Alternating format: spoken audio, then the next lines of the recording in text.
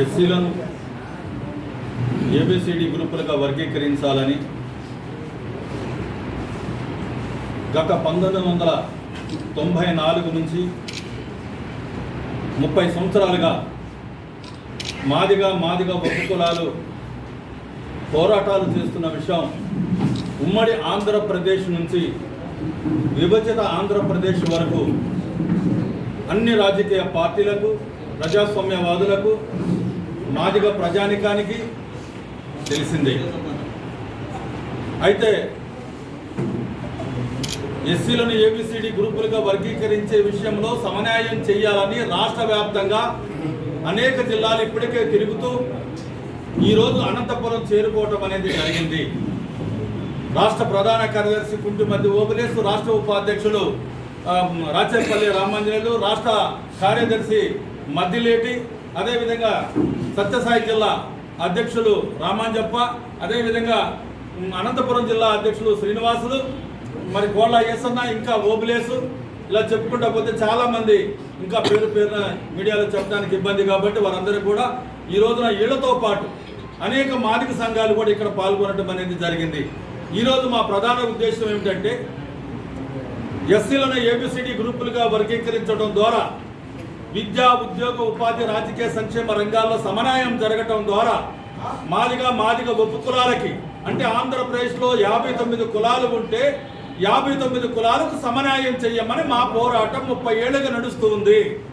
మరి ఈ పోరాటంలో చంద్రబాబు నాయుడు గారు గతంలో ముఖ్యమంత్రిగా ఉన్నప్పుడు మాదిగల ఉద్యమానికి స్పందించి మాదిగల ఆత్మగౌరవ సభకొచ్చి మాదిగలు చేస్తున్న సామాజిక న్యాయ పోరాటం సరైందని చెప్పి 2000 సంవత్సరంలో రాష్ట్రపతి ఆర్డినెన్స్ ద్వారా విద్యా, ఉద్యోగ, ఉపాధి, రాజకీయ రంగాల్లో మాదిగలకు ఆర్డినెన్స్ తీసుకురావడం ద్వారా, వర్గీకరణ తీసుకురావడం ద్వారా 22,500 ఉద్యోగాలు వచ్చాయి.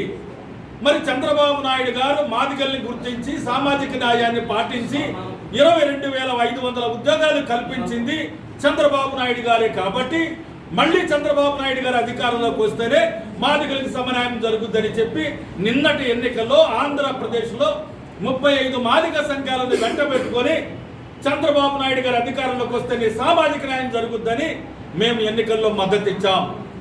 వెంటనే చంద్రబాబు నాయుడు గారు అధికారంలోకి వచ్చిన తర్వాత వర్గీకరణ చేస్తానని 2024 ఆగస్టు 1వ తేదీన సుప్రీంకోర్టు ఇచ్చిన తీర్పుని ఏదైతే ఉందో ఆ తీర్పుకి మొదటగా స్పందించి గతంలో చేసింది నేనే, ఇప్పుడు చేయబోయేది కూడా నేనే చంద్రబాబు నాయుడు గారు మాదిగలకు ఒక భరోసా ఇవ్వటం కూడా జరిగింది. కాబట్టి వెంటనే రాజీవ్ రంజాన్ మిశ్రా ఏకసభ్య కమిషన్ వర్గీకరణకు అనుకూలంగా చేశారు. అదేవిధంగా కేబినెట్లో తీర్మానం ఆమోదింపజేశారు.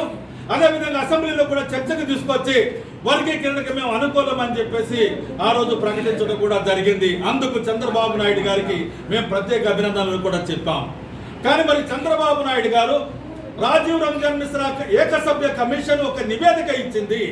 ఆ నివేదిక ఏమని చెప్పిందంటే ఆంధ్రప్రదేశ్లో ఉన్నటువంటి షెడ్యూల్ కులాలకు, మాదిగ ఉపకులాలకి, మాలలకి కలిపి ఈ 15% ఉమ్మడి రిజర్వేషన్లలో మేము వర్గీకరణ చేయడానికి ముందుకు వచ్చినప్పుడు ఇదిగో రాజీవ్ రంజాన్ మిశ్రా కమిషన్ 7.5% మాలలకు ఇవ్వాలి, 6.5% మాదిగలకు ఇవ్వాలి, 1% ఉపకులాలకు ఇవ్వాలని రాజీవ్ రంజాన్ మిశ్రా కమిషన్ చంద్రబాబు నాయుడు గారు అసెంబ్లీలో ప్రకటన చేశారు. అంతవరకు మేము ఆంధ్రప్రదేశ్లో మాదిగలు తక్కువ కాదు, మందాకృష్ణ ఒక దుష్ప్రచారం చేశాడు ఆంధ్రప్రదేశ్లో మాదిగలు తక్కువ అని. చంద్రబాబు నాయుడు గారికి మాల సోదరులు మొత్తం కలిసి చెప్పారు ఆంధ్రప్రదేశ్లో మాదిగలు తక్కువని. మాకు కుటుంబ నియంత్రణ లేదు. ఇవాళ అనంతపురం జిల్లా తీసుకుంటే రాష్ట్రంలో అన్ని జిల్లాల కంటే మాదిగలు ఎక్కువ ఉన్నటువంటి ఈ జిల్లాని చంద్రబాబు నాయుడు గారు ఆదర్శంగా తీసుకోవాలని కూడా మేము ఆయనకి చెప్పడం కూడా జరిగింది. కానీ మరి చంద్రబాబు నాయుడు గారు అసెంబ్లీలో ఏమన్నారంటే, అయ్యా నేను రాజీవ్ రంజాన్ మిశ్రా కమిషన్ ఏ విధంగా అయితే చెప్పిందో దాన్ని నేను ఆమోదిస్తున్నాను, అదేవిధంగా నేను ఒక రోస్టర్ పాయింట్ల సిస్టాన్ని తీసుకొస్తున్నాను. అదేమిటంటే మాలలు 7.5 ఉన్నారు, ఆ 7.5 ఉన్నటువంటి మాలల్ని తీసుకెళ్ళి 8% చేస్తాను, 6.5% ఉన్నటువంటి మాదిగల్ని తీసుకెళ్ళి 6% చేస్తాను. ఈ రోస్టర్ పాయింట్లో 200 ఉద్యోగాలు మీ ఉద్యోగాలు వస్తే అందులో మీ షెడ్యూల్ కులాలకు ఇవ్వాల్సినటువంటి వాటాలో మొదటి 100 ఉద్యోగాలలో మొదటగా మాలలకి 8% ఇస్తాను, మాదిగలకి 6% ఇస్తాను, ఒప్పు కులాలకి 1% ఇస్తానని చెప్పారు. అక్కడే మేము తీవ్రంగా అసంతృప్తిని వ్యక్తం చేశామని సందర్భంగా తెలియజేస్తాము.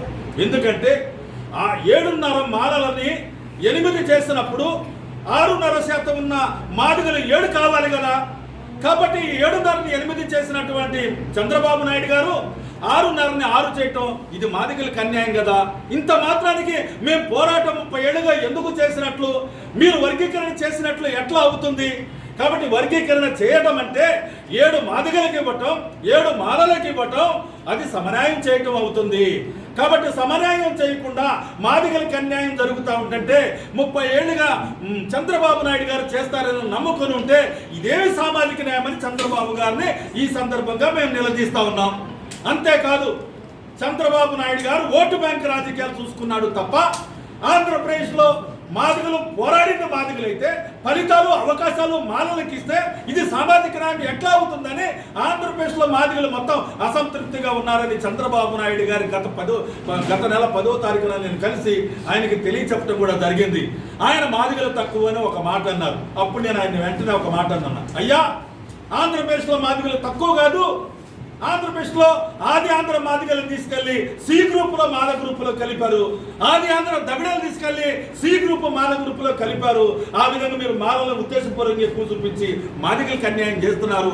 మాదిగల పక్షాన నిలబడింది చంద్రబాబు నాయుడు గారు, చెప్పు కొట్టింది, డప్పు కొట్టింది, మాదిగలకు భరోసా ఇచ్చింది, పెద్ద మాదిగనే మాదిగల రుణం తీర్చుకుంటానని చెప్పింది. 30 ఏళ్ళుగా మాదిగలు నమ్ముకొని మీకు ఓట్లేస్తా ఉంటుంటే ఈ రోజున మాదిగలు తక్కువని మీరు అంటా ఉంటుంటే మా ఆత్మగౌరవం దెబ్బతింటుంది, మాకు అవమానం జరుగుతూ ఉంది. మీరు ఇవాళ మాటల్లో మా